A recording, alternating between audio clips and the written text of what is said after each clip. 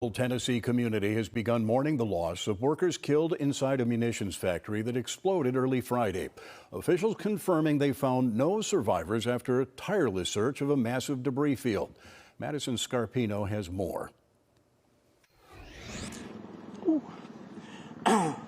It's a tremendous loss, a great loss. No survivors found after a massive blast levels an explosives plant in rural Tennessee early Friday morning. Officials confirming they've exhausted search efforts at the site of Accurate Energetic Systems. The focus is now on recovering human remains. I can tell you that more than 300 people have been through almost every square inch of this facility, and at this time we've recovered no survivors.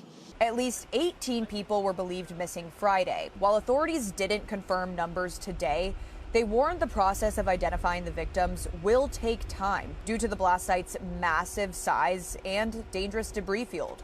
It's not like working an accident. It's not like working a tornado. We're dealing with explosions. And I would say at this time we're dealing with remains. Multiple agencies, including the FBI and ATF, are now investigating the cause of the explosion, with officials saying it's still too early to rule out foul play. That might be days or weeks or months before we can do that. Meanwhile, AES, which lists the U.S. government as one of its biggest clients, released a statement saying in part, quote, "Our thoughts and prayers are with the families, co-workers, and community members affected by this incident." The ATF says it's going to take the lead in this investigation with a team of highly trained experts. In McEwen, Tennessee, Madison Scarpino, Fox News.